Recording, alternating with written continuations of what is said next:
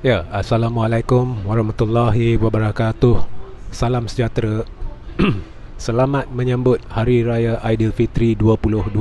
Maaf zahir dan batin. Apa khabar saudara-saudari? Saya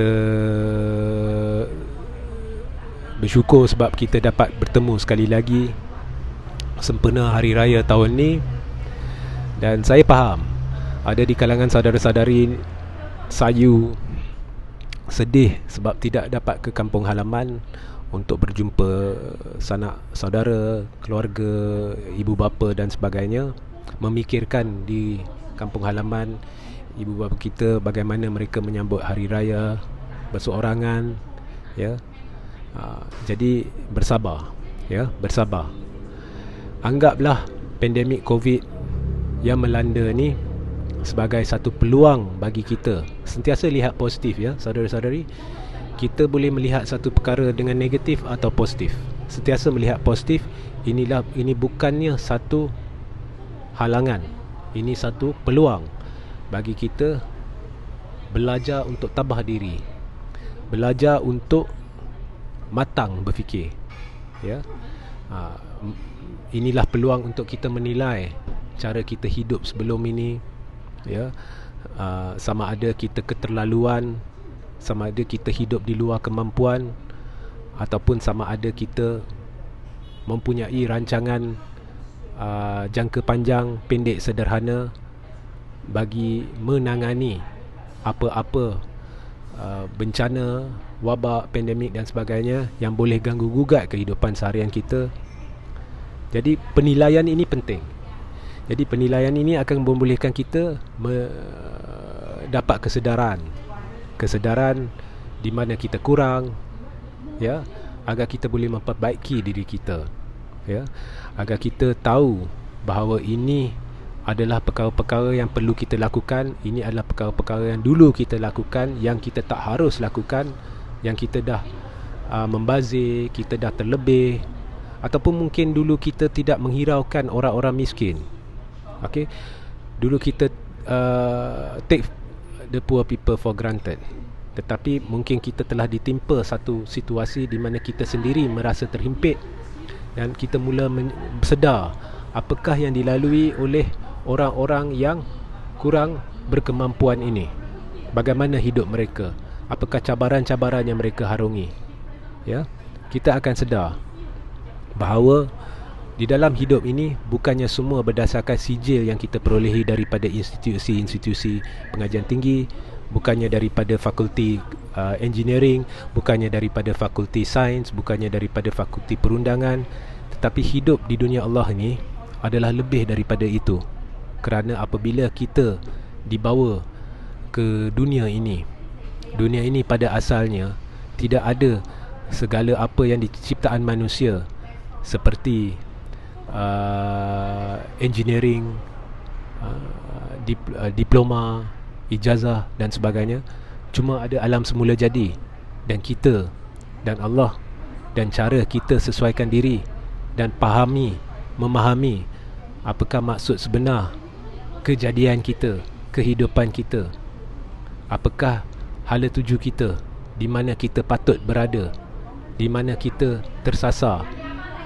Dan kita sentiasa menilai sesuatu yang kita lakukan berdasarkan kita harmoni dengan alam semula jadi, dan kita kaitkan segalanya dengan Allah. Tetapi manusia memang dah jauh tersasar. Manusia pada zaman ini lebih bersifat kebendaan, kemaruk kuasa, wang, kedudukan. Jadi disebabkan faktor-faktor ini, mereka hanya mengejar jawatan-jawatan yang lebih tinggi, sama ada di tempat kerja, di dalam arena politik, ya. Mereka lupakan keluarga, lupakan ibu, lupakan bapa. Kadang-kadang tidak ada masa untuk anak. Kemudian apabila anak itu membesar, dia terjebak dengan gejala-gejala negatif.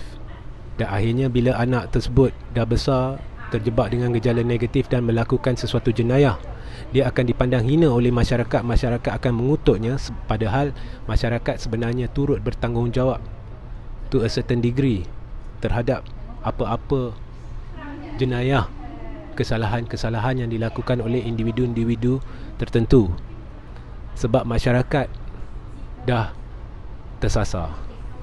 Ya. Jadi inilah peluang bagi kita memperbaharui keimanan kita. Ya. Inilah peluang bagi kita untuk memikirkan perkara-perkara ini, menilai perkara-perkara ini. Inilah peluang bagi kita sekiranya kita lebih mampu untuk sedar bahawa orang yang kurang mampu ini mungkin kita boleh bantu, cuba bantu. Dan malah ini adalah peluang bagi kita untuk belajar daripada orang yang kurang mampu, bagaimana mereka mengharungi kehidupan. Dan kita akan sedar, seperti mana yang saya sedar apabila berinteraksi dengan beberapa individu yang kurang mampu, miskin, kita akan sedar bahawa mereka mempunyai skill-skill tertentu dalam kehidupan di luar kepompong wang, kuasa dan kedudukan ini, di mana mereka lebih memahami hubung kait mereka dengan alam sekitar, dengan Allah. Ya.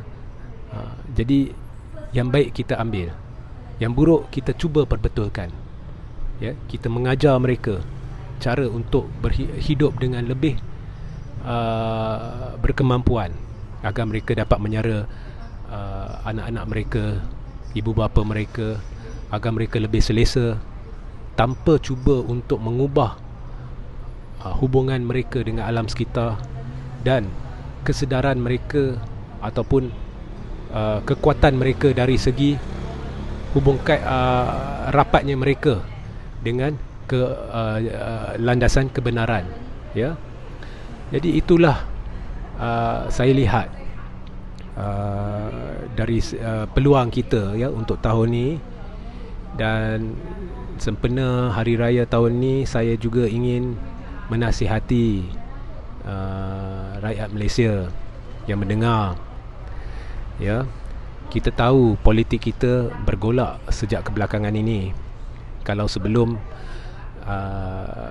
bulan Februari ataupun pada penghujung bulan Februari berlakulah pergolakan kemelut politik hingga tumbangnya kerajaan pimpinan Pakatan Harapan dan tertubuhnya kerajaan baru pimpinan Perikatan Nasional. Dan selepas tumbangnya kerajaan ini, saya lihat di dalam kerajaan baru yang bertunjangkan kepimpinan Melayu Islam juga ada masih berlaku pergelutan pencaturan. Saya lihat semuanya berkisar di sekitar wang, kuasa dan kedudukan. Biarpun ada pandemik COVID, masih berkisar di sekitar wang, kuasa dan kedudukan. Jadi ini amat menyedihkan saya. Ya, apabila Melayu dengan Melayu, Islam sesama Islam bergaduh, bertelagah, bersengketa. Ya, ini menyedihkan saya. Jadi saya berharap bukan hanya pemimpin-pemimpin politik ini sedar, tapi hentikanlah propaganda. Saudara-saudari juga kena pandai menilai mana satu yang benar, mana satu yang palsu, mana satu propaganda, mana satu sahih. Ya.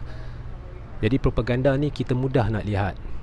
Contohnya, kalau kita lihat satu sidang live oleh seorang pemimpin politik tertentu yang hari-hari buat live contoh, dan dia dengan emosi dia beri, oh, saudara-saudari nampak tak benda ni mereka tak buat. Tahu tak mengapa mereka tak buat? Mereka mengambil masa 6 bulan pun tak buat, 2 tahun pun tak buat. Sebab ini, sebab itu. Sebenarnya kalau saudara-saudari lihat betul-betul, itu bukanlah satu analisis berfakta. Fakta adalah sekiranya orang boleh berikan kita hubung kaitkan dengan akta mana, perundangan mana, kesalahan mana,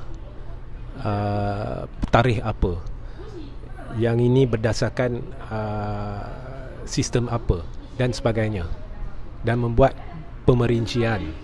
Ya, kadang-kala ada video-video yang boleh dikeluarkan yang betul-betul beremosi, yang boleh mempengaruhi kita, dan semata-mata propaganda.